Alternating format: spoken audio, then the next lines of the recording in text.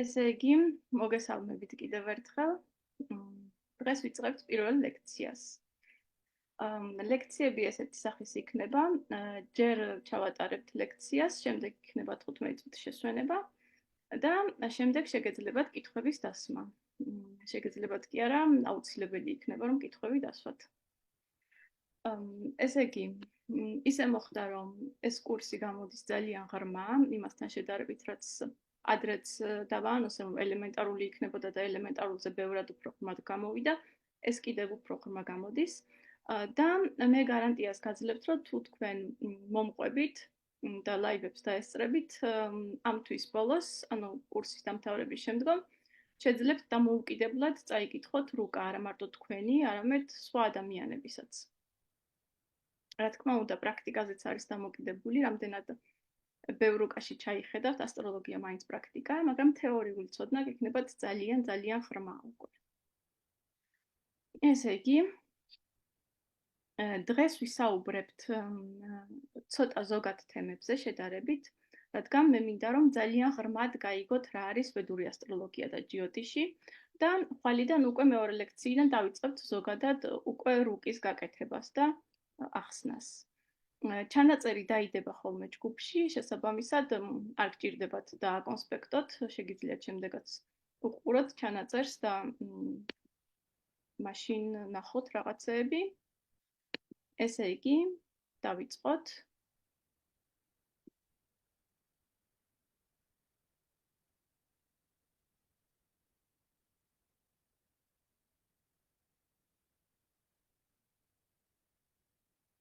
იმედია ხედავთ ჩემ გაზიარებულ ეკრანს. ესე იგი, ვედური ასტროლოგია ეს არის ტერმინი, რომელიც ჩვენ დასავლეთში მოვიგონეთ სინამდვილეში. ინდოეთში ასტროლოგიას ქვია ჯიოტიში და ორი სანსკრიტული სიტყვისგან მოდის, ერთი არის ღმერთი და მეორე არის სინათლე. ანუ ეს არის ღმერთის სინათლე.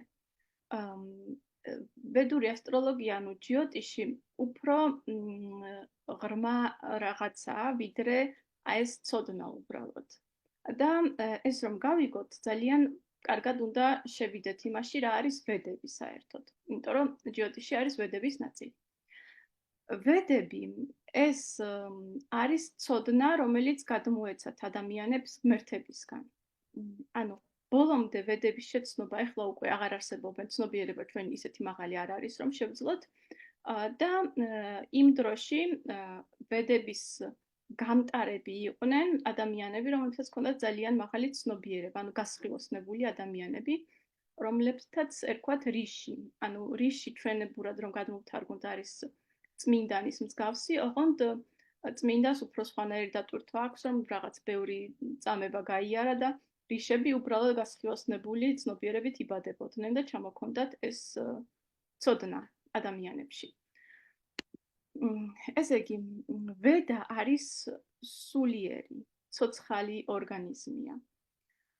და ვედას რომ დაეუფლო, ამისთვის ვედა რომ შემოვიდეს ადამიანში, ამისთვის საჭირო არის, რომ გარკვეულ ცოდნას დაეუფლოს ადამიანი, რომელიც ამზადებს იმისთვის, რომ ვედა მასში შემოვიდეს. რეალურად ვედა არის ჰიმნების ნაკრები და ვედას რომ დაეუფლოს, ადამიანი უნდა დაეუფლოს ვედანგას. ვედანგა შედგება 6 ნაწილისგან და ესენი არის ვიაკარანა, რომელიც არის გრამატიკა. ჩანდას არის ზომა, ზომა იგულისხმება ის, რომ რითმები არის ვედებში, მარცვლები და ეს მარცვლები არის განსაზღვრული რამხელა უნდა იყოს. შიქშა არის ინტონაცია, როგორც ვიცით, სანსკრიტი არის ძალიან ისეთი ენა, სადაც ინტონაციას ძალიან დიდი მნიშვნელობა აქვს და განსაკუთრებით ჰიმნების სიმღერის დროს ინტონაცია ძალიან მნიშვნელოვანია. ნიკურტა არის ეტიმოლოგია, კალპა რიტუალები, ანუ ვედას თავისი წაკითხვის რიტუალები აქვს, თავისი სიმღერის და ჯიოტიში, რომელიც არის ჯიოტიში არის ასტრონომია და ასტროლოგია ორივე ერთად. ანუ ციურ სხეულებზე დაკვირვებაც არის და შემდეგ ასტროლოგიაც. აი ეს ჯიოტიში ასევე ცოცხალი, ანუ ეს ვედანგა ასევე ცოცხალი ორგანიზმია. ეს არის ცოდნა, რომელიც კი არ ეუფლები ეს, რომ აი კითხულობ რაღაცას, როგორც ჩვენ დასავლეთში ვიცით და ცოდნას იღებ ტვინით. ტვინით არ ვიღებთ, ამ ცოდნას ვიღებთ ენერგეტიკულად გადმოდის. და ითვლება, რომ ადამიანმა უნდა გააღვიძოს შენში ეს ცოდნა, რომელსაც თვითონ აქვს ეს მიღებული. ანუ ინდუეთში აუცილებელია მასწავლებელი ან გურუ, რომელმაც შეიცნო ეს ცოდნა თავის თავში ენერგეტიკულად და იმან უნდა გააღვიძოს შენში. ეხლა მე ინდუელებისთვის არა ვარ ვედური ასტროლოგი, იმიტომ რომ არ მყავს გურუ, რომელმაც მაკურთხა, ანუ ჩემში გააღვიძა ეს ცოდნა. და ინდუეთში როცა ვიძახი, რომ მე თვითონ ვისწავლე ვედური ასტროლოგია, ძალიან ეცილებათ, რომ რანაირად ისწავლე, შენ თვითონ არ შეიძლება გურუმ უნდა გაკურთხოს. მაგრამ მე როდესაც ამ ყველაფერს ვსწავლობდი, რეალურად არ მესმოდა რას ნიშნავს ცოცხალი ცოდნა და რას ნიშნავს, რომ გადმოდის შენზე ეს ცოდნა. აი ვიდია არის ასე ვთქვათ ქალღმერთი, რომელმაც აი ცოდნა უნდა გადმოიტანოს შენში ენერგეტიკულად. ჯიოტირს ყავს ასევე თავის ქალღმერთი არის ჯიოტირ ვიდია და ჯიოტირ ვიდია უნდა შეგეხოს ასე ვთქვათ, რომ შენ ეს ცოდნა მიიღო.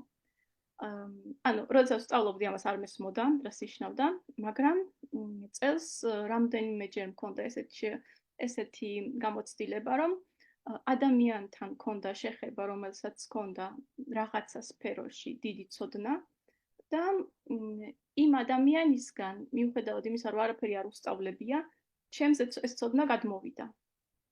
და მე მივხვდი, რომ მე ეს უნარი მაქვს, რადგან ვედური ასტროლოგია ჩემზე ცოდნის სახით გადმოვიდა ენერგეტიკულად.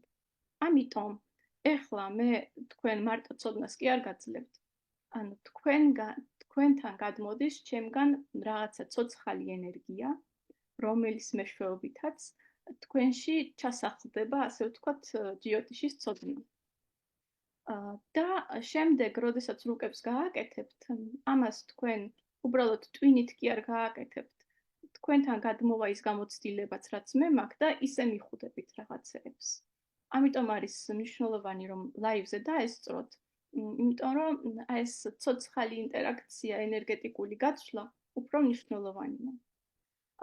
აი მაგალითად წინა ჯგუფში ეს ესე კარგად არ ამიხსნია და ისინი ვერ გაიგეს ეს და ძალიან ბევრმა გააზიარა ეს ვიდეოები. განსაკუთრებით თუ ამას აზიარებ, ან მასწავლებელი გაძლევს რაღაცას და შენ აზიარებ, ფანტავ ძალიან. ისეც არის, რომ აი, როდესაც ასწავლიან ჯიოტიშს, შეუგნებიან, რომ სანამ გასწავლი და დამთავრდება სწავლის პროცესი, შენ ამაზე არ ილაპარაკო, იმიტომ რომ შენში უნდა ჩაჯდეს, ანუ სხვებს არ დაუწყო, ვთქვათ, გაზიარება ამ ცოდნის, ამ შენში ბოლომდე არ ჩაჯდება და ასე ვთქვათ, ხატოვნად ნათქვამი ეს ქალღმერთი შენში არ გადმოვა ჯიოტიშის. აქედან გამომდინარე, დარწმუნებული ვარ, რომ აი ეს ღრმა გაგება კიდევ უფრო დაგეხმარებათ იმაში, რომ გაიგოთ რა არის ჯიოტიში და ეს არ არის უბრალოდ როგორც დასავლური ასტროლოგია რაღაცა ცოდნა, რომელიც შეიძლება წაიკითხო სადღაც, ეს არის ცოცხალი ენერგეტიკული, ასე ვთქვათ, ბურთი, რომელიც მოგზაურობს საუკუნიდან საუკუნეში. და ეს არის მიზეზი, რატომ იყო ყოველთვის ჯიოტიში ზეპირი მეცნიერება, ანუ გადადიოდა თაობიდან თაობაზე, ჩაწერილი არსად არ იყო. და აქედან გამომდინარე, ჩვენ დასავლეთში ყოველთვის გქონია, რომ დამამტკიცებელი საბუთი არა გვაქვს იმის, რომ ესე იგი ჯიოტიში ძალიან ძველია და არ გვესმის ჩვენ დასავლეთში რას ნიშნავს, რომ ცოდნა გადაეცემოდეს ზეპირად. ანუ რაღაცა მითების სახით გადაეცემოდა, არსად არ იყო ჩაწერილი. და განსაკუთრებით ეს იყო თან საიდუმლო ცოდნა, აუცილებლად უნდა დაბადებულიყო ადამიანი სასულიერო პირების ოჯახში, რომ ეს ცოდნა მიიღო. ასე ვთქვათ, დაემსახურებინა. და ეს რა თქმა უნდა იმასაც გულისხმობდა, რომ როდესაც იბადებოდა სასულიერო პირების ოჯახში, იმ ადამიანის ცნობიერება უფრო მაღლა იყო ბუნებრივად. ანუ კარმა ჰქონდა სხვანაირი და აქედან გამომდინარე იტევდა ამ ცოდნას თავის თავში. და ისე რომ ყოფილიყო სხვა კასტიდან ვერ დაიტევდა უბრალოდ. და ესეც არის მიზეზი, ანუ ეს ყველაფერი, როდესაც ღრმად გაიგებ, უფრო ლოგიკური ხდება, რატო არ იწერებოდა არსად. მერე, როდესაც ადამიანების ცნობიერება დაპატარავდა შედარებით და იმ ცოდნას ვეღარ იტევდნენ, უკვე დაიწყეს ჩაწერა ჯიოტიშის. ანუ ყველაზე ძველი წიგნი, რაც გვაქვს ჩაწერილი სახით, არის 5000 წლის ქრისტეს შობამდე. მაგრამ, რა თქმა უნდა, ეს კიდევ უფრო ძველი ცოდნაა. ესე იგი, როგორც ხედავთ, არის ჯიოტიში ერთ-ერთი ნაწილი ვედანგასი და თვითონ ჯიოტიში, რა თქმა უნდა, ძალიან ფართოა და ძალიან ბევრი დანაყოფი აქვს. ჯიოტიშს აქვს 6 მთავარი განშტოება. პირველი ეს არის გოლა და ეს არის ასტრონომიული დაკვირვება. ანუ მაშინ არ იყო software და რაღაცა პროგრამები, რომელთაც ახლა ვითვლით და არც ტელესკოპები არ იყო და იჯდნენ ადამიანები და აკვირდებოდნენ ცას. აი ზუსტად გოლა იყო ასტრონომიული დაკვირვება, მაგრამ ეხლა არის დაკარგული რაღაცა ნაწილი ამის, იქიდან გამომდინარე, რომ იქ აკვირდებოდნენ ბევრ სხვა რაღაცას, რასაც ეხლა უკვე აღარ ვაკვირდებით. მაგალითად, აკვირდებოდნენ, რომ სავსე მთვარეს თუ აქვს ცოტა ცისფერი შეფერილობა, ამ თვეში რაღაც სხვას ნიშნავს, თუ აქვს ცოტა ვარდისფერი, რაღაც სხვას ნიშნავს. აი ეს დაკვირვებები დაკარგულია ეხლა, იმიტომ რომ რეალურად უკვე არავინ აღარ აკვირდება იმისთვის, რომ ასტრონომიული ცოდნა მიიღოს აქედან. განიტან ეს არის ასტრონომიული და ასტროლოგიური გამოთვლები. ანუ იმ დროს ჯიოტიში იყვნენ ასევე ძალიან კარგი მათემატიკოსები და ითვლიდნენ ძალიან ბევრ პოზიციას პლანეტარულს, გარდა იმისა, რომ აკვირდებოდნენ და ანუ აქ თუ შეცდომას დაუშვებდნენ, ხო, უკვე იქ ამის იქით არაფერს მნიშვნელობა აღარ ჰქონდა თუ არასწორად გამოითვლიდნენ, ამიტომ აი ეს ძალიან მნიშვნელოვანი განშტოებები იყო ჯიოტიშის, რომლებიც ეხლა თითქმის დაკარგულია, ანუ თითქმის რა დაკარგულია ინდუეთშიც, ასევე პროგრამებით ითვლიან რუკებს და არავინ არ ზის და არ აკვირდება, რა თქმა უნდა, ცას. და ესე იგი, ჯატაკა არის მესამე განშტოება და ჯატაკა არის ის, რასაც ეხლა ვისწავლით, ანუ ეს არის ნატალური ასტროლოგია. როდესაც ხდება ადამიანის დაბადების რუკის გაკეთება და შესაბამისად იმის წაკითხვა, ეს არის ნატალური ასტროლოგია. პრაშნა, ჰორარული ასტროლოგია, ეს არის ამას ჩვენ არ ვისწავლით, ეს არის როდესაც ასტროლოგთან მიდიხარ და რაღაცას ეკითხები, მაგალითად, აი გასაღები დავკარგე და სად ვიპოვო, ან რაღაცა ესეთი, ანუ ინდუეთში ყველა თემაზე მიდიან. თუ შეიძლება მიკროფონი გამორთეთ. და ესე იგი, ყველანაირი კითხვაზე მიდიან ასტროლოგთან ინდუეთში. და იქ, როდესაც კითხვას დასვამს ადამიანი, ასტროლოგი იმ წამს აჩერებს, ანუ ადგენს ნატალურ რუკას იმ წამის მონაცემებით და შემდეგ ინტერპრეტაციას უკეთებს თავისებურს, ხედავს ამ რუკაში, რა ინფორმაცია შეიძლება იქიდან ამოიღოს. ანუ თუ რაღაცა კონკრეტულ კითხვაზე პასუხი აინტერესებს ვიღაცას, უნდა გამოიყენოს პრაშნა. მუჰურტა, ეს არის სელექტიური ასტროლოგია, ანუ შესაფერისი დროის შერჩევა. მუჰურტა არის, ანუ შეისწავლის იმას დროის ხარისხს, ასე ვთქვათ. დრო ყოველთვის ერთნაირი არ არის, თუნდაც ერთი დღე იყოფა პლანეტარულ პერიოდებად თვითონ და ვთქვათ არის რაღაცა 2 საათი მზის მუჰურტა, მერე არის იუპიტერის, მერე რაღაცის და შესაბამისი დრო რო შეარჩიოს ადამიანმა, რომელიც კარგია დღის განმავლობაში, ამას სწავლობს მუჰურტა. ასევე სწავლობს იმას, მაგალითად, ქორწინებისთვის, რომელი დღე არის კარგი. ან თქვათ ახალი ბიზნესის დასაწყებად, ან სახლის საყიდლად. ამ კითხვებზე პასუხობს მუჰურტა. ამას ნაწილობრივ ვისწავლით, ოღონდ ამ კურსზე არა. აგვისტოში გავაკეთებ კურსს და იქ ვასწავლი, როგორ უნდა შეარჩიო რაღაცისთვის დრო. და ჯიოტიშის ასევე ერთი განშტოებაა ნიმიტა. ეს არის ნიშნების წაკითხვა. რეალურად ეხა ჩვენი გადმოსახედიდან ასტროლოგიასთან არ აქვს ამას კავშირი, მაგრამ ინდუეთში ჯერ კიდევ ძალიან პოპულარულია ნიმიტა და ეს არის დაახლოებით ესე გამოიყურება, რომ მიდის ვიღაც ასტროლოგთან რაღაცას ეკითხება და ეს ასტროლოგი გაიხედება ცაში, დაინახავს, რომ ხიდან ბარტყი გადმოვარდა და ნახავს, რომ დასავლეთის მხარეს თუ გადმოვარდა ეხლა სატურნს უნდა შევხედო რუკაში, თუ აღმოსავლეთის მხარეს გადმოვარდა, უნდა შევხედო რახულს და ესეთ რაღაცეებს რა. ანუ ნიშნებს გარემოდან იღებს იმისთვის, რომ მიხვდეს, რას უნდა შეხედოს და იღებს იქიდან ინფორმაციას. აქ არის ძალიან ბევრი ნიშანი, რომელიც უფრო პირად გადაეცემა. არსებობს ნაშრომიც და ნაშრომების დაწერილი ამ საკითხზე, მაგრამ უფრო გადაეცემა თაობიდან თაობას ეს და თქვათ ბებია და ბაბუა ასწავლიან შვილიშვილს, რომ ეს იმას ნიშნავს, ის იმას ნიშნავს და ესე იმახსოვრებს მერე და ხდება ნიმიტა ჯიოტიში. მაგრამ რა თქმა უნდა ეს დამხმარე ის არის მარტო, ასე ვთქვათ, დისციპლინა და მარტო ნიმიტათი ბევრს ვერაფერს ვერ გაიგებ. კიდე ესე იგი ჯიოტიშს აქვს კიდე ესეთი მონათესავე მეცნიერებები, რომლებიც არის ნუმეროლოგია და სხეულის და ხელის გულის წაკითხვა და ძალიან ხშირად ინდუეთში ჯიოტიშები ასევე ნუმეროლოგიასაც ფლობენ და ან კითხულობენ ხელის გულზე, ან სახეზეც კითხულობენ ძალიან ბევრს. მე მაგალითად ერთ-ერთ კურსზე როდესაც გავაგზავნე ჩემი მოთხოვნა, იქ ინდუელმა ასტროლოგმა მითხრა, რომ სახის სურათი გამომიგზავნე, იმიტომ რომ სახის ნაკუთებზე კითხულობდა, რამდენად შეესაბამება ეს ადამიანი როგორც მოსწავლე და რამდენად გაიგებს მის ახსნილს, ასე ვთქვათ. ასე რომ ბევრი ცოდნა იღებენ ინდუეთში მარტო რუკიდან არა, ჯიოტიშები იღებენ ასე რომ სხვადასხვა წყაროებიდან.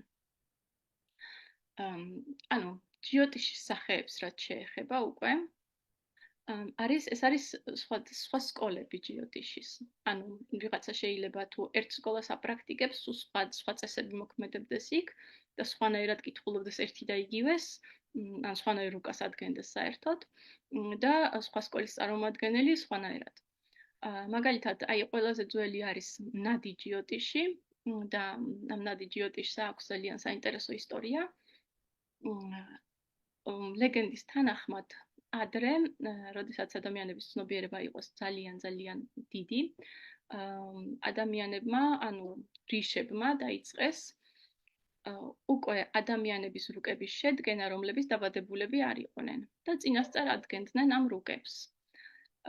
შემდეგ ლეგენდის თანახმად ღმერთები განრისხდნენ და თქვეს, რომ ამათ ზედმეტად დიდი ძალაუფლება და ცოდნა აქვთო და გამოგზავნეს ცეცხლი, რომელმაც გაანადგურა ეს რუკები. მაგრამ დარჩა რაღაცა ნაწილი რუკების, რომელიც აი ამ ნადის ტომში დღემდე ინახება, აქ არიან ნადი ჯიოტიშები და თავიანთ საიდუმლოს, თავიანთ ცოდნას როგორ კითხულობენ რუკებს, არავის არ უმხელენ და დღესაც შეიძლება წავიდეს იქ ადამიანი და სთხოვოს ნადი ჯიოტიშს, რომ წაიკითხოს რუკა და ამბობენ, რომ ზუსტად ის რუკები არის შენახული და გადარჩენილი, რომელი ადამიანებიც ჯერ კიდევ აპირებენ, რომ იქ მივიდნენ. და ასევე ძალიან საინტერესო ფაქტია, რომ ძალიან ზუსტად კითხულობენ ეს ნადი ჯიოტიშები წარსულს, ანუ წარსულში ყველაფერს გეტყვიან, როდის რა მოხდა, დეტალებში, მაგრამ მომავალში, როდესაც წინასწარ მეტყველებენ, ყველაფერი არ ხდება, რაღაც ნაწილი ხდება, რაღაც ნაწილი არ ხდება. და ეს კიდევ ერთი დამტკიცებაა იმის, რომ მომავალი რეალურად არ არსებობს. ანუ ისინი რაღაცას კი ამბობენ, მაგრამ შენზეა დამოკიდებული, რას გააკეთებ მომავალში. მომავალი არ არის დადგენილი. და იმ მომენტისათვის, რადგან ის უკვე წარსულია, იქ როცა მიდიხარ, ის უკვე დადგენილია. პარაშარა ჯიოტიში არის ის, რასაც ჩვენ ვისწავლით. პარაშარა იყო ერთ-ერთი რიში, რომელმაც ჩაწერა. ანუ, როდესაც ადამიანების ცნობიერება შედარებით გახდა ვეღარ იტევდა ამ ხელაცოდნას, პარაშარამ გადაწყვიტა, რომ ჩაეწერა ეს ცოდნა და გვაქვს უძველესი სანსკრიტული ხელნაწერი, პარაშარასი, პარაშარა ჰორა შასტრა, რომელსაც ეფუძნება ანუ უმეტესობა ჯიოტიშების აი ამას აპრაქტიკებს. და მეც პარაშარას მიმდევარი ვარ, ასე ვთქვათ. არსებობს კიდე ჯემინი ჯიოტიში, შედარებით ნაკლები აპრაქტიკებს ამას, ესეც რიში იყო, რომელმაც ასევე ხელნაწერი შემოგვინახა. აქ არის პარაშარას რაღაც ელემენტები ჯიმენიში, მაგრამ პარაშარა თუ არ ისწავლე, ისე ჯიმენის ვერ ისწავლე, ანუ ვერ გაიგებ. და იქ უფრო გართულებულია, რაღაცნაირად უფრო ელიტურ ჯიოტიშებად ითვლებიან, ვინც ჯეიმინის აპრაქტიკებს ინდოეთში. მაგრამ ესენი არიან ძალიან ცოტა. ტანტრული ჯიოტიში არის ერთ-ერთი სახეობა ასევე. ტანტრა ნიშნავს სიტყვა საიდუმლოს, რაღაცა მისტიკურს, ოკულტურს. და ეს არის, ასე ვთქვათ, საიდუმლო ჯიოტიში, რომელიც რაღაცა რიტუალებს და რაღაც, ასე ვთქვათ, მანტრებს ეფუძნება, ანუ ჯიოტიში უბრალოდ არ კითხულობს რუკას, კიდე ატარებს რაღაც რიტუალებს ადამიანისთვის და ეზოთერიკასთან არის კავშირში უფრო ტანტრა. ანუ ტანტრა მაგალითად, ტანტრა ჯიოტიშმა შეიძლება გითხრას, როგორი სახის სულებთან შეიძლება შენ კავშირი გქონდეს. ან წინა ცხოვრებაში ზუსტად რა მოხდა. ესეთი კონკრეტულ წინასწარმეტყველებებს და ინფორმაციას იძლევა ტანტრა. მაგრამ ასევე არიან ბევრი ტანტრა ჯიოტიში, რომელიც არ იცი უბრალოდ რა ენერგიასთან არიან კავშირში. ანუ იმდენად ბევრი საიდუმლო ცოდნა აქვთ, რომ შეუძლიათ, რომ ეს ცოდნაც გაამრუდონ. ამიტომ მე დიდად არ მაინტერესებდა არასოდეს ტანტრა ჯიოტიში და არც ცოდნა არ გამაჩნია საერთოდ ამ სფეროში. და ტაჯიკა არის მეხუთე, ყველაზე უფრო ახალი ვარიანტია ჯიოტიშის და არის დაახლოებით 1500-იან წლებში, კონკრეტულად 1987 წელს არის დაწერილი ნაშრომი ტაჯიკაზე და ეს არის არაბების გავლენით შექმნილი ასტროლოგიის ჯიოტიშის განხრა, იმიტომ ამ დროს იყვნენ არაბებს ჰქონდათ დიდი გავლენა ინდოეთში.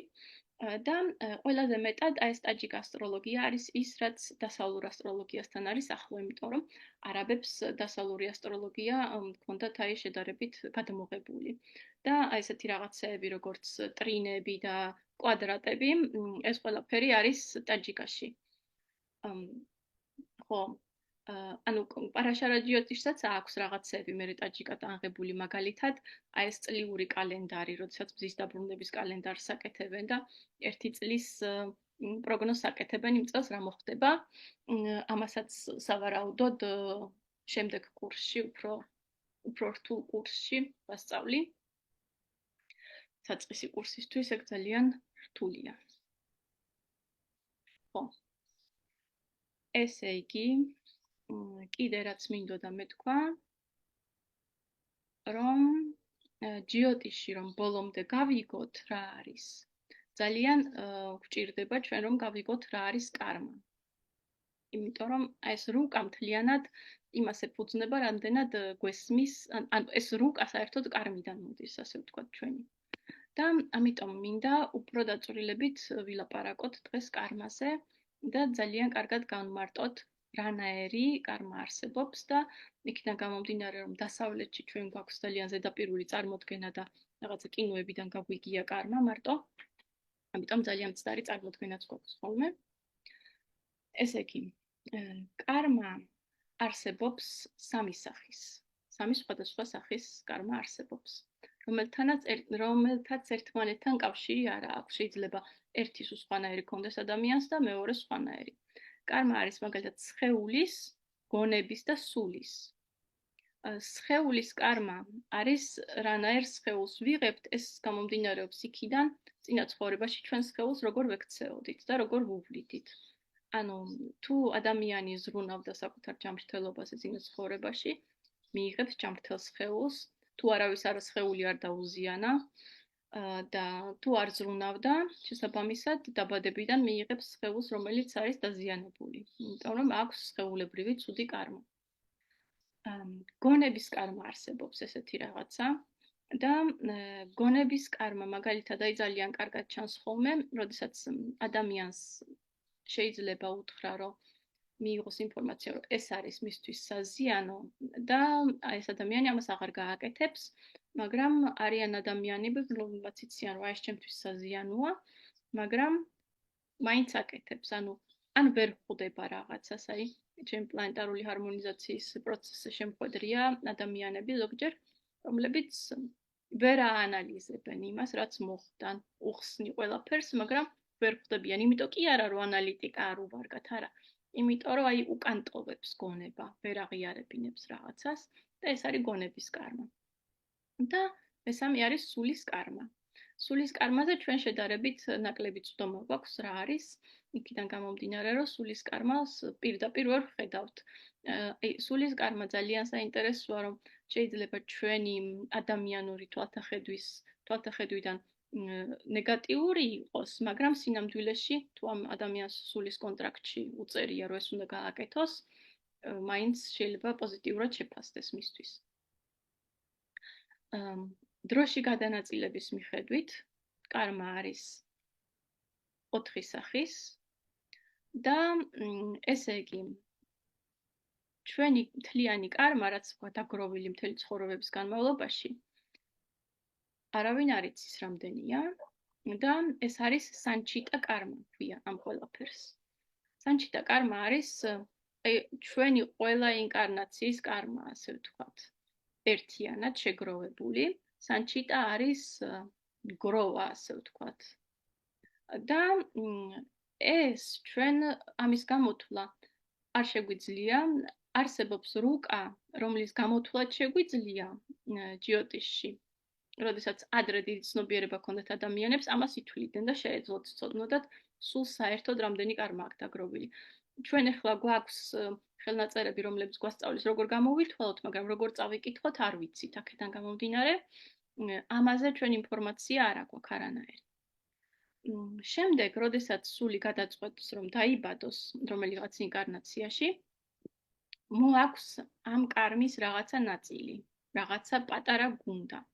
აი, სანჩიტა ხო ნიშნავს გროვას და შემდეგ რუკაში ზოდიაქოს ნიშანი ნიშნავს სანსკრიტზე არის რაში. რაში ნიშნავს წვერს. ანუ ამ ჩვენი კარმიდან, რომელიც არის დიდი გროვა, პატარა წვერს ვიღებთ და ის მანიფესტირდება როგორც ჩვენი დაბადების რუკა. და ეს არის პრარაბდა კარმა.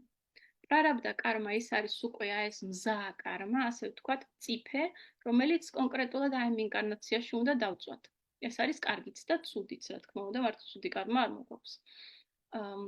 და რამდენი წამოიღო სულმა, ანუ ამ სანჩიტადან რამდენი პროცენტი, ბევრი წამოიღო თუ ცოტა, ამის შესაძლებლობა არ გვაქვს. შეიძლება ადამიანს ქონდეს ბევრი პრარაბდა კარმა წამოღებული, იმიტომ რომ ეს არის სული, რომელსაც უნდა რომ მალე დაამთავროს ეს კარმის დაწვა და გავიდეს ინკარნაციებიდან. შეიძლება სულს შედარებით უხარია დედამიწაზე მოსვლა და მისთვის ძალიან საინტერესო გამოცდილებაა. და ძალიან ცოტა წამოიღოს და ერჩივნოს, რომ ნელ-ნელა დაწვას. და ეს ყველაფერი ჩანს რუკაში, რამდენი წამოვიღეთ. აი, რუკა ასტროლოგიური ჩვენთან არის კარმის ნაკრები, ასე ვთქვათ, და ხედავთ, რა წამოიღო ამ სულმა ამ ინკარნაციაში, რომელიც უნდა მოხდეს. შემდეგ, როდესაც აქ ვართ, ამ შემთხვევაში ჩვენ კიდევ მოქმედებას, როდესაც ვახორციელებთ, ხდება ახალი კარმის დაგროვება. კარ ნიშნავს ქმედებას, ანუ ნებისმიერი ქმედება, რასაც ვაკეთებთ, აგროვებს რაღაც კარმას, ან კარგს, ან ცუდს. და ეს დაგროვილი კარმა, რომელიც აი ამ ცხოვრებაში უკვე დავიბადეთ, რაღაცა კონკრეტული კარმა წამოვიღეთ, მაგრამ აქ ვაგროვებთ, ეს არის კრიამანა კარმა. კრია არის ქმედება. აი ამის განსაზღვრაც არ შეგვიძლია ჩვენ ნატალურ რუკაში, იმიტომ რომ ნატალური არის ის კარმის რაოდენობა, რაც წამოვიღეთ, ხო? და უკვე აქ რა გავაკეთეთ, ეს ნატალურში აღარ ჩანს. და ამის გამორკვევა პრაშნათი შეიძლება, ანუ კითხვის სახით, ანუ ასტროლოგთან მიდიხარ, ეკითხები, რამდენი კარმა დავაგროვე და ის აჩერებს იმ მომენტში რუკას და გეუბნება, კითხულობს, მე სხვა ასტროლოგიის სახეა, თავისებურად კითხულობს და გეუბნება, რომ აი ესე ამდენი დააგროვე, ან მოუმატე უარყოფით კარმას, ან ძალიან კარგად მიდიხარ და არ გაქვს უარყოფითი კარმა დაგროვილი და აქედან შეიძლება ეს გავიგოთ. და ეს კრიამანა კარმა სხვათა შორის საინტერესოა, რომ ზოგიერთ სულს აქვს ისე მოწყობილი, რომ ეს კრიამანა კარმა ეგრევე უბრუნდება, ანუ გააკეთებს რაღაცას, ჩაიდენს რაღაც ქმედებას და ეგრევე უბრუნდება იმ ცხოვრებაშივე. ზოგს აქვს ისე, რომ არ უბრუნდება საერთოდ და ეს ყველაფერი ისევ მიდის სანჩიტა კარმაში.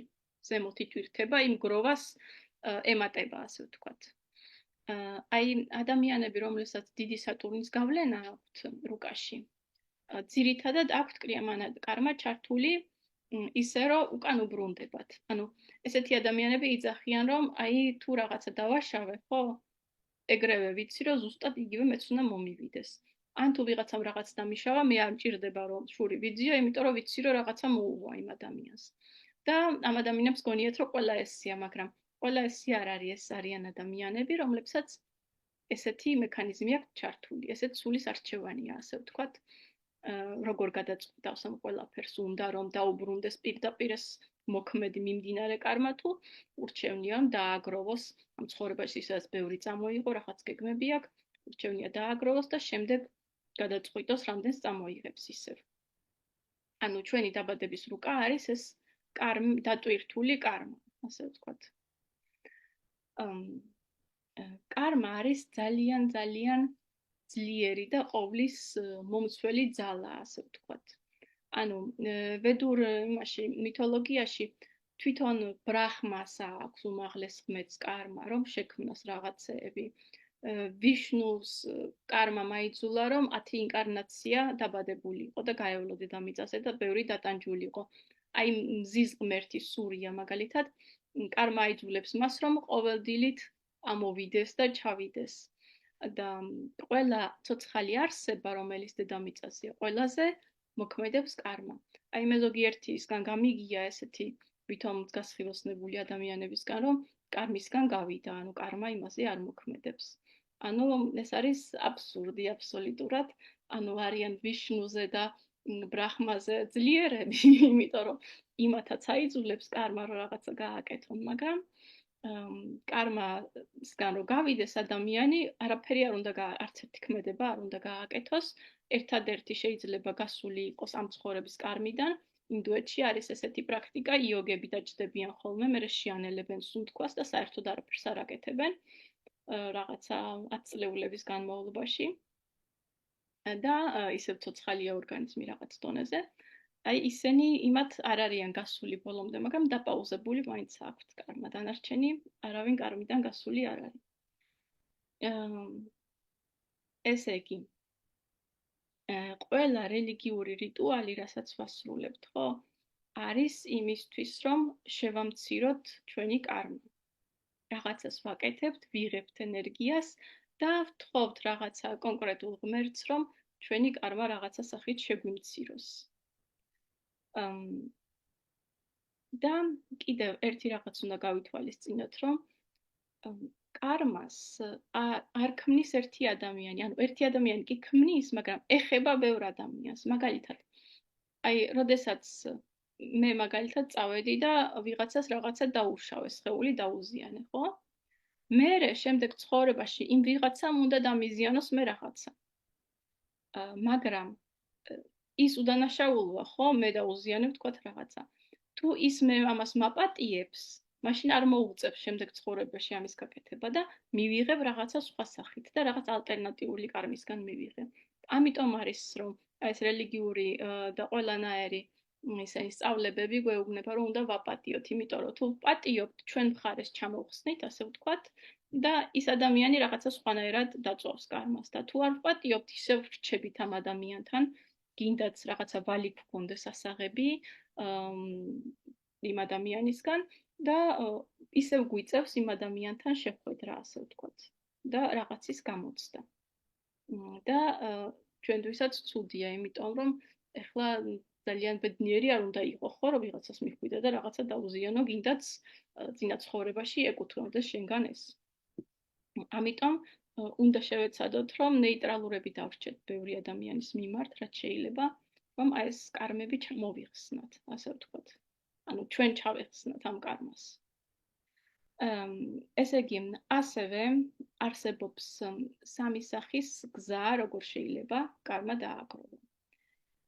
ერთი არის სხვა კარმა ქვია ესე, როდესაც შენ თვითონ აკეთებ რაღაცას. აი მე წავედი და რაღაცა გავაკეთე, ბაგროვებ კარმას. მეორე, ეს არის კარმა, როდესაც ვიღაცას პირდაპირ არ აკეთებ არაფერს, მაგრამ ვიღაცას ეხმარები, ვიღაცას ცუდს აკეთებს და შენ ხარ რაღაცნაირად მონაწილე ამაში. ესეც კარმაა და მესამე არის, რომ შენ საერთოდ არა პირდაპირ ეხმარები, შეიძლება არც იცი რომ ეხმარები, აბერც იაზრებ, მაგრამ მაინც ეხმარები. აი მაგალითისთვის ახლა მე მაგალითად წავედი და ანუ ვიღაცა წავიდა და ღორი დაკლა, ხო?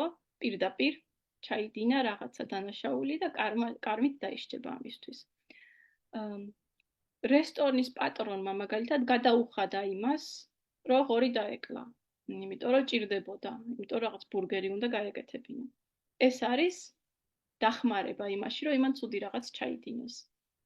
მაგრამ თუ წავიდა ადამიანი და იმ რესტორანში ისადილა ამ ბურგერით, არა პირდაპირი, საერთოდ არა პირდაპირი, მაგრამ მაინც მონაწილეობა მიიღო ამ კარმოქმედებაში, რომ ის ღორი დაკლეს, იმიტომ რომ ეს რო არ მისულიყო და არ არსებობდეს ეს ადამიანი იმისთვის, რომ ამისთვის გააკეთონ რაღაც საჭმელი, ის ღორი აღარ დაიპლებოდა. მაშინ ეს ანუ ეს ხათაშორის ძალიან საინტერესო მომენტია, რომ უნდა განსაზღვროთ ჩვენ როგორ შეიძლება ძალიან ადვილად, ისე რომ ჩვენ საერთოდ ვერ ხვდებოდეთ, მოვხვდეთ ამ არაპირდაპირ კარმის დაგროვებაში. მაგალითად, თუ ქუჩაში გთხოვთ მათხოვარი ფულს და მისცემთ. შეიძლება ეს მათხოვარი წავიდეს მერე და იყიდოს საცმელი და დალიოს. ანუ ამით ის ანხორციელებს კარმოქმედებას საკუთარი სხეულის წინააღმდეგ, ანუ სხეულს იზიანებს. შენ როცა მას ფული მიეცი, შენ გეგონა რომ შეიძლება რომ რაღაც კარგისთვის უნდა გამოეყენებინო, მაგრამ იმას სხეული დაიზიანა. ანუ შენთვის არის ეს ცუდი კარმა. ან თუნდაც ვიღაცას როცა რაღაცა შეეხმარები და ის ადამიანი მერე ან შესაძლებლობას აძლევ რომ რაღაცა გააკეთოს, ესეც შენი არაპირდაპირი კარმა და ამასაც უნდა გაუფრთხილდეთ. ესე იგი, კიდევ კარმა არსებობს გარდაუვალობის მიხედვით სამი სახის. ეს არის დრითხა კარმა, ანუ ფიქსირებული, დრითხა, ადრითხა, ფიქსირებული, არაფიქსირებული, ამას აგიხსნით რას ნიშნავს და ათრითხა, არაფიქსირებული. ფიქსირებული კარმა, რომელიც უკვე სულის კონტრაქტში დევს ისე, რომ ეს ამ ადამიანმა ეს უნდა გამოსცადოს, ანუ ვერ ასწდება, რაც არ უნდა გააკეთოს დედამიწაზე, ამის ალტერნატივი არ არის, აი ეს გამოცდილება უნდა მიიღოს.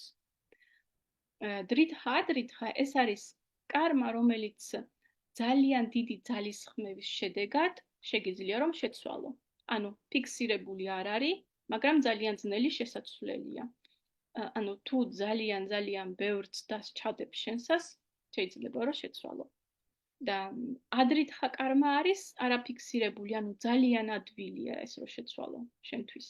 უბრალოდ ცოტა უნდა მოინდომო, რაღაც ალტერნატიული კარმასავით არ შეიძლება არც განხორციელდეს, მარტო მაშინ ჩაირთოს, თუ შენ რაღაც არასწორს აკეთებ, თქვა. ანუ რაღაცა შენი სულის მიზანი იყო, რომ რაღაცა გააკეთო და შენ სხვა რაღაცას აკეთებ, მაშინ ჩაირთვება ეს არაფიქსირებული კარმა და შემოგატრიალებს ამ მიზნისკენ.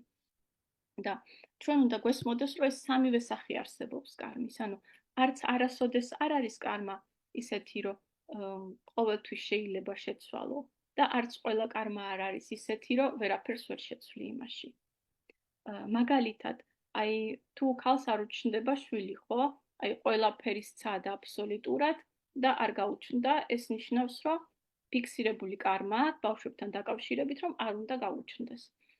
თუ არ უჩნდება და ძალიან ბევრი იწვალა წლები იმკურნალა და მერე გაუჩნდა, ეს ყოფილა დრითხა, ადრითხა. ანუ ძალიან დიდი ძალისხმევა ჩადო იმაში, რომ ეს მომხდარიყო და მოხდა.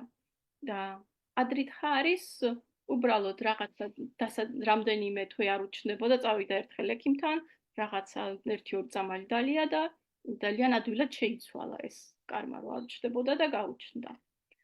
დაავადებებზეც ესია, არის ზოგი დაავადება, რომელიც გვიჩნდება და ეს არის ფიქსირებული, იმიტომ რომ ჩვენმა სულმა რაღაცა ცხოვრებაში ეს გამოცდილება დაიმსახურა რაღაცნაირად და ზოგიერთი დაავადება, რომელიც, თუ წესიერად დიეტას დავიცავთ, ან თქვათ, ან რაღაცას შევცვლით ჩვენ სხეულში, შეიძლება შევცვალოთ. და არის კიდე დაავადება, რომელიც საერთოდ ჩვენი გაჩენილია, ეს არის ადრითხა დაავადება, მაგალითად, რომ ჩვენ ვიქცეოდით ისე სულ, რომ ამ ცხოვრებაშივე დავიმსახურეთ რაღაცნაირად. და აქედან გამომდინარე არ არის ხოლმე ერთმნიშვნელოვანი პასუხი, რომ ეს ანესია ზუსტად ან სხვანაირად არის, სხვადასხვანაირი არსებობს კარმა.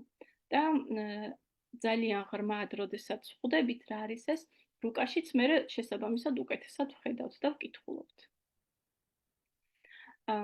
ეხლა რუკაში ხო ზოდიაქოს ნიშნებს მოაქვთ რაღაცა ნაწილი ამ პრარაბდა კარმასი, რომელიც იმ დიდი გუნდიდან წამოვიღეთ პრარაბდა კარმაში, ხო? და უყურეთ ახლა როგორ არის გადანაწილებული. არის ზოდიაქოს ნიშნები, რომლებსაც მოაქვთ ფიქსირებული კარმა.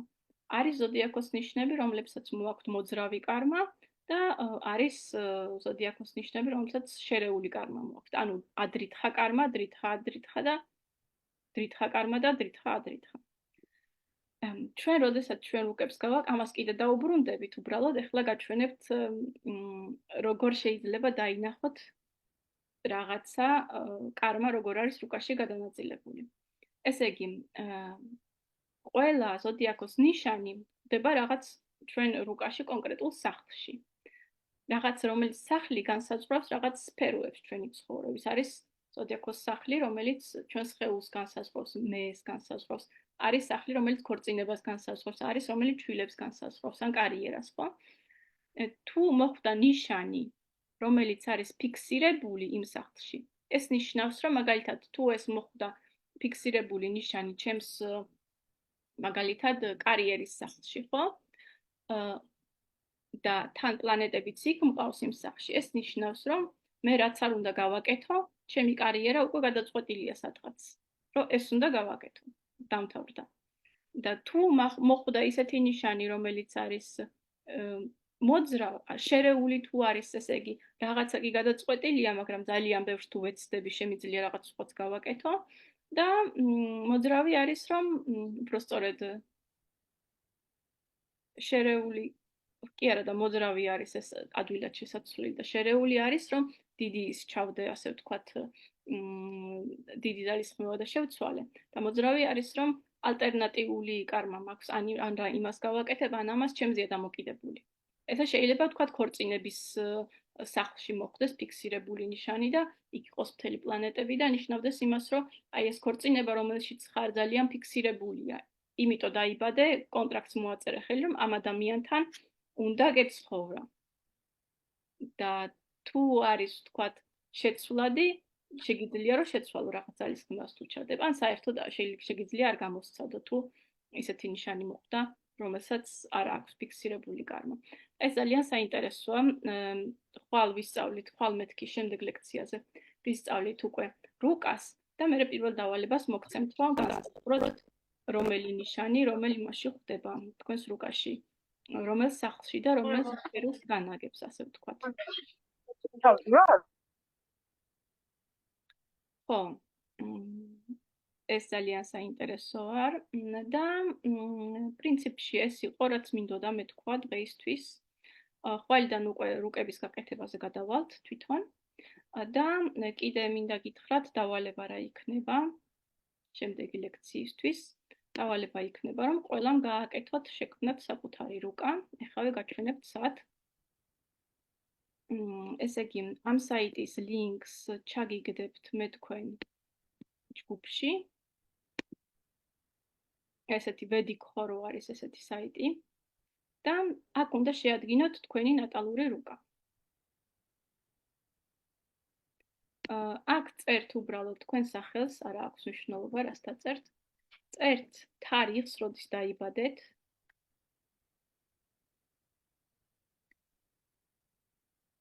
შემდეგ წერთ საათს, თუ საათი არ იცით და იცით რაღაცა შუალედი, მაგალითად 11-დან 1-მდე დაიბადეთ, ხო?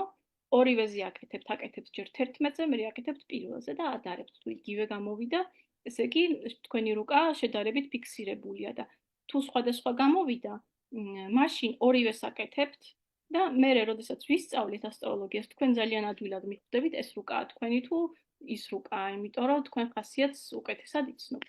აქ ჩაწერთ ქალაქს, სად დაიბადეთ. ესე იგი საქართველო ძალიან პატარაა და თუ სადღაც სოფელში დაიბადეთ, შეგიძლიათ უკვე გვერდზე რა ქალაქიც არის ის ჩაწეროთ, ესეც არაფერს არ ნიშნავს, არ წყვეტს, უფრო სწორედ და შემდეგ აწვევით ამას გამოთვლას. აი აქ ეს პირველი რუკა იქნება თქვენი ნატალური რუკა. ეს არის რუკა ვედურ ასტროლოგიაში. შეიძლება ძალიან უცნაურად გამოიყურება, მაგრამ დამიჯერეთ, რომ შემდეგი ლექციიდან ძალიან გასაგები გახდება თქვენთვის. ამ ორ რუკას ყურადღებას არ ვაქცევთ ჯერჯერობით, ვუყურებთ აი მარტო ამას. ეს იქნება თქვენი რუკა. და დავალება, რომ ყველამ გააკეთოს თავისი რუკა. რომ როდესაც გადავალთ უკვე კონკრეტულად სახლებზე, თქვენ უკვე ჩაიხედავთ თქვენს რუკაში და საინტერესო იქნება უკვე თქვენთვის, როდესაც რაღაცას ახალს ხსნით, თქვენ უკვე თქვენი რუკა გიდევთ და შესაბამისად აკვირდებით. ხო, ეხლა გავაკეთოთ 15 წუთი შესვენება და შემდეგ დავბრუნდეთ კითხვებით უკვე.